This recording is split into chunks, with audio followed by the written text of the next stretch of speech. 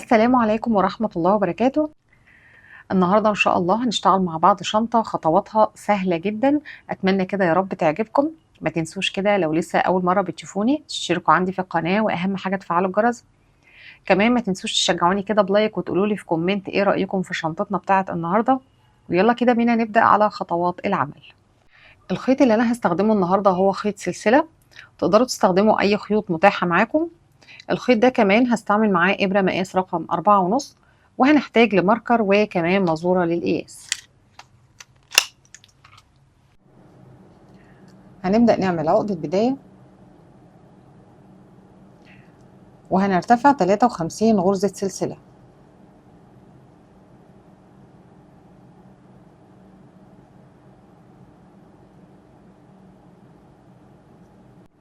كده بعد ما ارتفعنا 53 غرزة سلسلة، ومقاس السلسلة معايا هنا 44 سنتي. دلوقتي هنبدأ نشتغل في ظهر السلاسل، هنلف السلسلة كده ونبدأ نشتغل في الارتفاعات اللي بتكون ورا دي. هنبدأ دلوقتي نتخطى أول غرزة وهنروح في ظهر السلسلة التانية، وهنبدأ نشتغل غرزة حشو. هنشتغل كده 6 غرز حشو، ادي اول واحدة وادي تاني واحدة، 3 4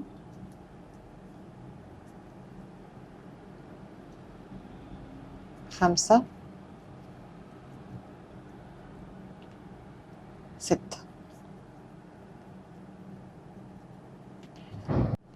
يبقى احنا كده اشتغلنا في بداية السطر 6 غرز حشو.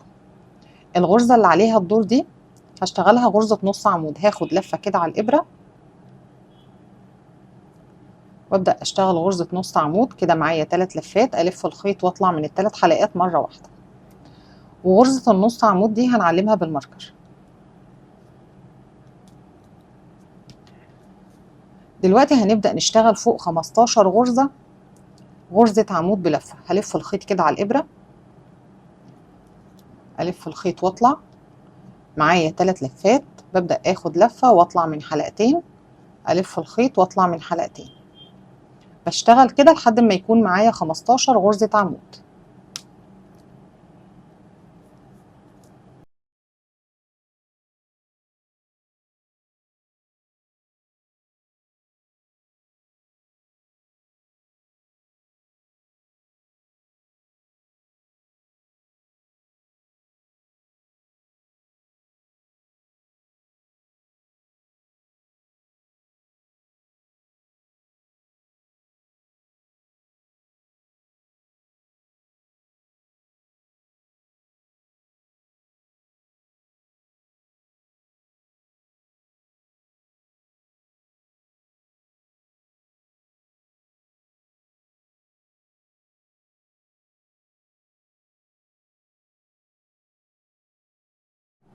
أربعتاشر،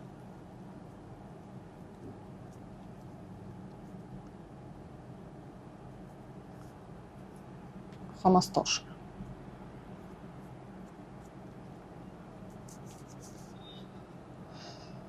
كده خلاص خلصنا 15 غرزة عمود. الغرزة اللي عليها الدور دي هشتغلها غرزة نص عمود. هلف الخيط كده على الإبرة، ألف الخيط واطلع معايا 3 لفات، بطلع من ال3 حلقات مرة واحدة. وغرزة النص عمود دي برضو هعلمها بالماركر. دلوقتي هنبدأ نشتغل 6 غرز حشو. دي 1 2 3 4 5 6. كده اشتغلنا 6 غرز حشو. الغرزة اللي عليها الدور دي هشتغلها غرزة نص عمود، باخد لفة كده على الإبرة وادخل في الغرزة أو في الحلقة اللي في ظهر السلسلة واشتغل غرزة نص عمود. معايا كده 3 لفات، اخد لفة واطلع من ال3 مرة واحدة. وبرضو غرزة النص عمود دي نعلمها بالماركر. دلوقتي هنبدأ نشتغل 15 غرزة عمود بلفة. هلف الخيط كده على الإبرة، وادخل في الغرزة اللي عليها الدور وابدأ اشتغل غرزة عمود. بطلع من حلقتين في حلقتين،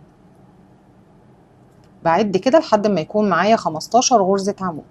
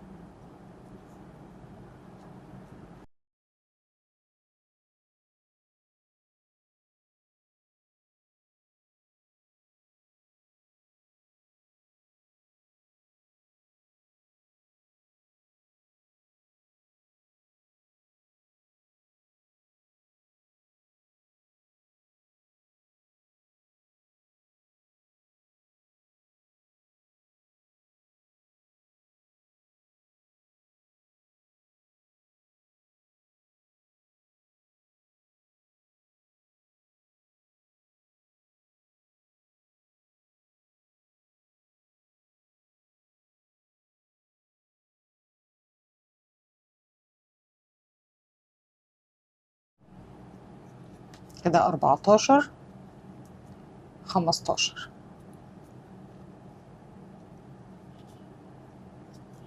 يبقى كده اشتغلنا 15 غرزة عمود. الغرزة اللي جاية دي هشتغلها غرزة نص عمود، باخد لفة كده على الإبرة بالخيط وادخل في الغرزة اللي عليها الدور واشتغلها غرزة نص عمود. معايا 3 لفات، باخد لفة واطلع من ال3 حلقات مرة واحدة. وبرده غرزة النص عمود دي هنحط فيها الماركر. ال6 غرز الجايين دول هشتغل فيهم غرز حشو. فوق كل غرزة كده هشتغل غرزة حشو. ادي 1 2 3 4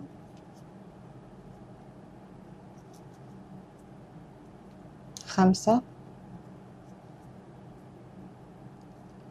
6. احنا اشتغلنا فوق 52 غرزة.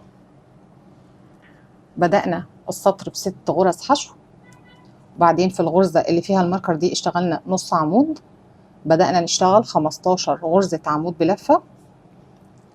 بعده في الغرزة اللي فيها الماركر دي اشتغلنا نص عمود، بعدين 6 غرز حشو، اشتغلنا برضو غرزة نص عمود حطينا فيها الماركر، بدأنا نشتغل تاني 15 غرزة عمود بلفة، بعدها اشتغلنا غرزة نص عمود، واخر السطر نهينا ب6 غرزة حشو.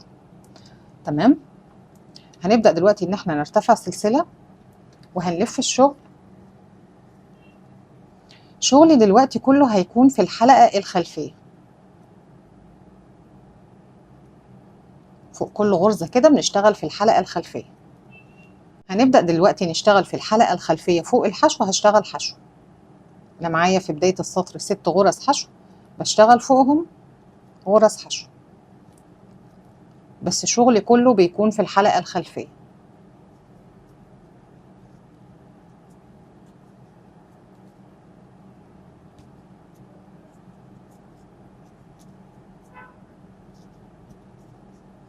كده خلصنا ال6 غرز حشو. شايفين الغرزة اللي فيها الماركر دي غرزة النص عمود، هشيل الماركر كده واشتغل فوقها غرزة نص عمود. كل شغلي برضو في الحلقة الخلفية. اهم حاجة ما ننساش ان احنا نحط الماركر علشان ده هيسهل علينا في الشغل، نكون عارفين فين مكان غرزة النص عمود. دلوقتي هنبدأ نشتغل فوق ال15 عمود 15 عمود، وكل شغلي برضو في الحلقة الخلفية.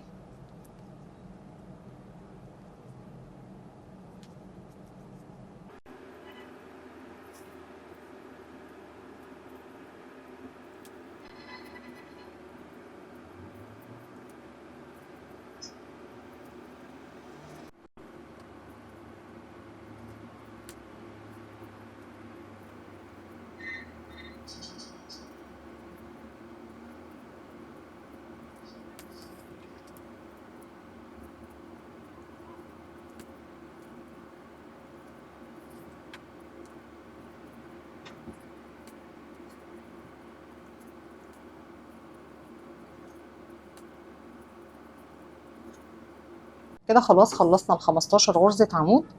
هنيجي في الغرزة اللي فيها الماركر دي كانت غرزة النص عمود، هشتغل برضو فوقها غرزة نص عمود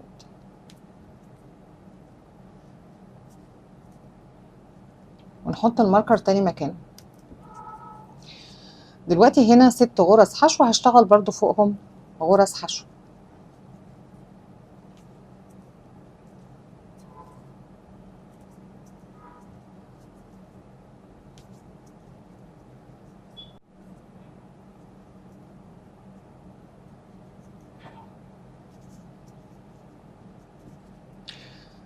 كده خلاص خلصنا 6 غرز حشو. جينا للغرزة اللي فيها الماركر دي غرزة نص عمود، هلف الخيط وادخل في الحلقة الخلفية واشتغل غرزة نص عمود ونحط الماركر تاني مكانه. دلوقتي هنشتغل فوق ال 15 عمود 15 عمود.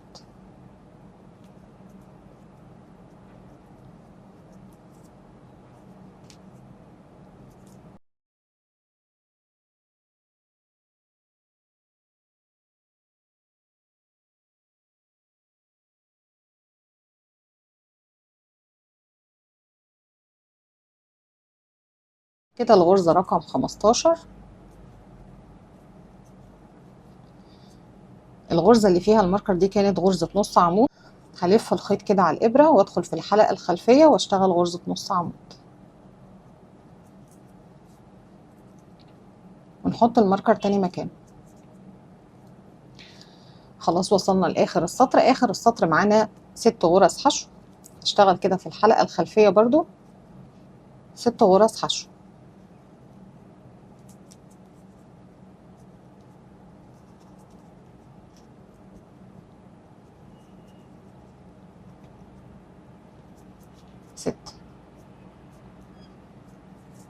خلاص خلصنا السطر.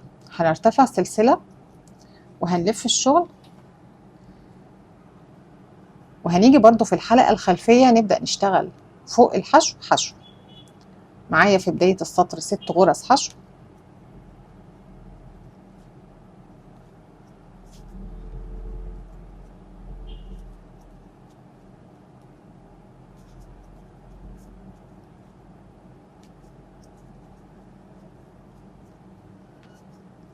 كده خلصنا ال6 غرز. هنبدأ نكرر نفس النمط اللي احنا اشتغلناه. فوق النص عمود هنشتغل غرزة نص عمود وكل شغلي في الحلقة الخلفية.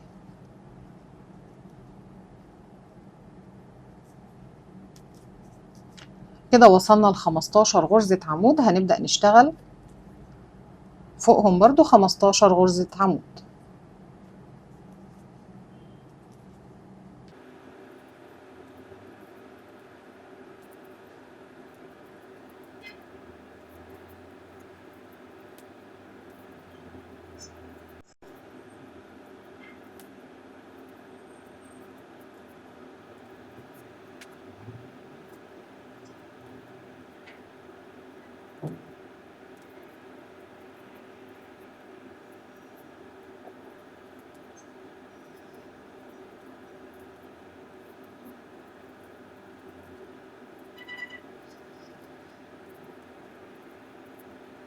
الغرزة رقم 15. يبقى احنا كده اشتغلنا 15 غرزة عمود بلفة. هنيجي للغرزة اللي فيها الماركر دي كانت غرزة النص عمود، هشتغل برضو فوقها نص عمود. اهم حاجة بس ما ننساش نحط الماركر تاني مكانه. دلوقتي جينا لغرز الحشو، هنشتغل فوق الحشو حشو وكل شغلي في الحلقة الخلفية.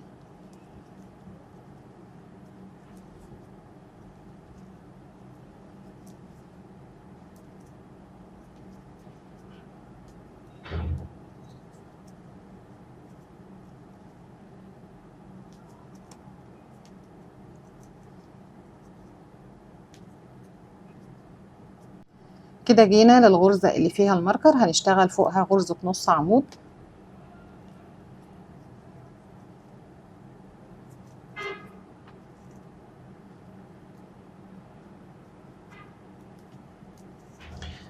دلوقتي هنبدأ نشتغل فوق ال 15 عمود 15 عمود.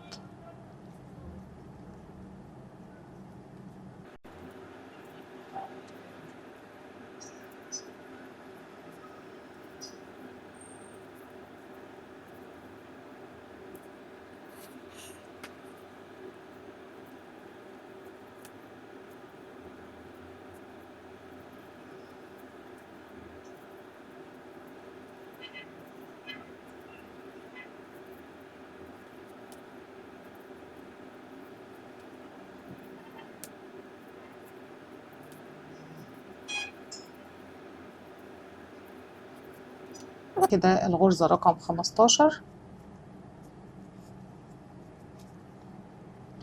جينا للغرزة اللي فيها الماركر هنشتغل فيها غرزة نص عمود،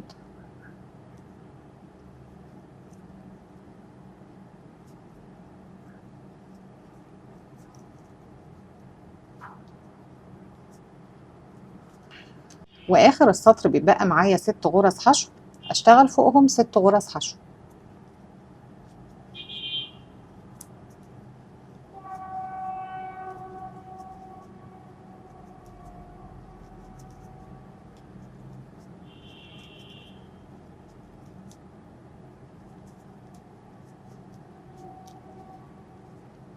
هنبدأ نرتفع سلسلة وهنلف الشغل. هنبدأ دلوقتي نشتغل ونكرر عدد كده من السطور بنفس النمط اللي احنا بنشتغل بيه. بداية السطر معايا 6 غرزة حشو، والغرزة اللي فيها الماركر بتكون غرزة نص عمود. ببدأ اشتغل فوق ال 15 عمود، 15 غرزة عمود بلفة. اجي للماركر اشتغل غرزة نص عمود، بعدها 6 غرز حشو، الماركر غرزة نص عمود، بعدها 15 عمود بلفة، عندي غرزة نص عمود اشتغل فوقها نص عمود، وبنهي السطر بتاعي ب6 غرزة حشو. تمام. هنرتفع كده عدد من السطور وبعدين نرجع علشان نكمل مع بعض. كده خلاص بعد ما ارتفعت 22 سطر هناخد بقى المقاسات بتاعتنا. الجزء اللي في النص هنا ده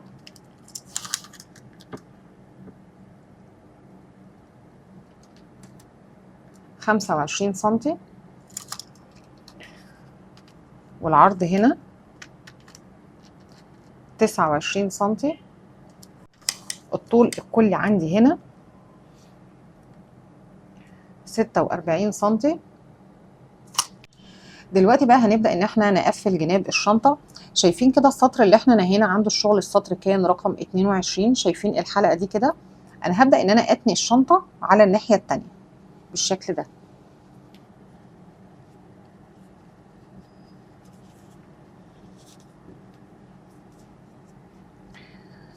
هبدأ ادخل تحت الحلقتين لأول غرزة هنا، وهبدأ اسحب الحلقة دي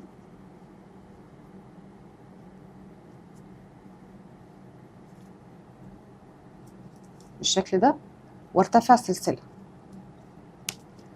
هروح للغرزة اللي بعدها واسحب الخيط واشتغل غرزة حشو. هروح للغرزة اللي بعدها بدخل تحت الحلقتين، والغرزة اللي قصادها برضو تحت الحلقتين، ونقفل بغرزة حشو. بروح للغرزة اللي بعدها تحت الحلقتين، والحلقة اللي قصادها برضو بدخل تحت الحلقتين، اسحب الخيط واقفل بغرزة حشو. ببدأ اخد كده كل غرزتين قصاد بعض ونقفل بغرزة حشو.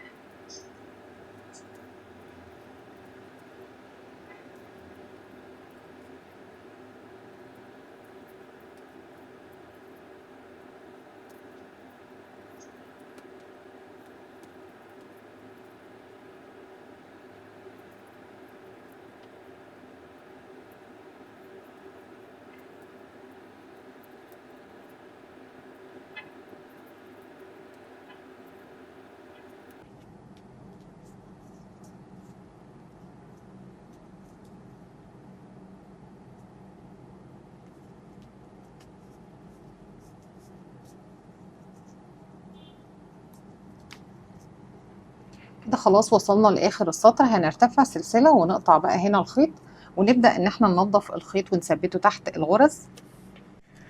دلوقتي هنبدأ نقفل الجنب التاني زي بالظبط ما اشتغلنا الناحية التانية.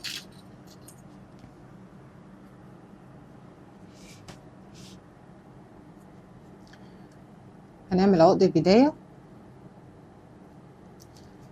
ونرتفع بالحلقة دي كده شوية. هبدأ اجي تحت اول غرزة هنا وادخل برضو تحت اول غرزة في الناحية التانية. انا بدخل تحت الحلقتين، ابدأ اسحب الحلقة دي. هاخد برضو خيط البداية ده ننضفه واحنا شغالين. هنرتفع كده سلسلة وابدأ اروح في الغرزة اللي عليها الدور مع الغرزة اللي قصادها،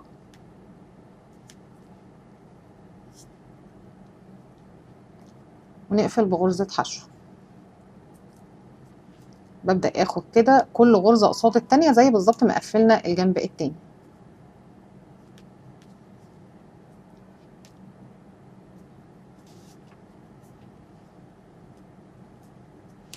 هنكمل كده لحد الاخر.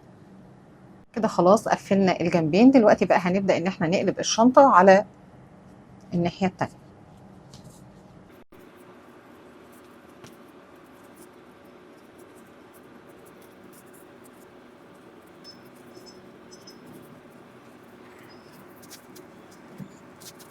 كده خلاص بعد ما قلبنا الشنطة شايفين كمان خياطة الجنبين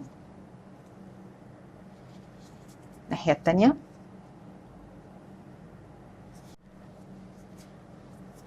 طيب دلوقتي بقى هنبدأ ان احنا نشتغل ايد الشنطة.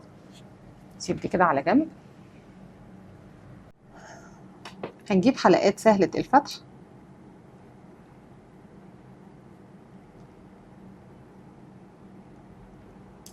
هبدأ اسحب الخيط وارتفع سلسلة واشتغل جوه الحلقة 3 غرز حشو. ادي 1 2 3. ببدأ ان انا ارتفع سلسلة والف الشغل وابدأ اشتغل تحت الحلقتين حشو. يبقى انا معايا 3 غرز حشو وبنشتغل تحت الحلقتين. ببدأ ارتفع سلسلة والف الشغل وابدأ اكرر كده عدد من السطور لحد ما اوصل لطول الايد المناسب، وبعدين نرجع علشان نكمل مع بعض. كده خلاص انا خلصت الايد. ارتفعت هنا 50 سطر، وال50 سطر دول مقاسهم 48 سنتي. هنبدأ بقى دلوقتي ان احنا نثبت الحلقة التانية. فهنرتفع هنا سلسلة وهنلف الشغل بالشكل ده، وهنجيب الحلقة سهلة الفتح هنثبتها قدام ال3 غرز كده بالشكل ده، وهدخل تحت اول غرزة واخد كمان الحلقة معايا واشتغل غرزة حشو. الغرزة اللي بعدها، ودي كده الغرزة الثالثة. هنرتفع سلسلة وهنا بقى هنقطع الخيط وننضفه تحت الغرز.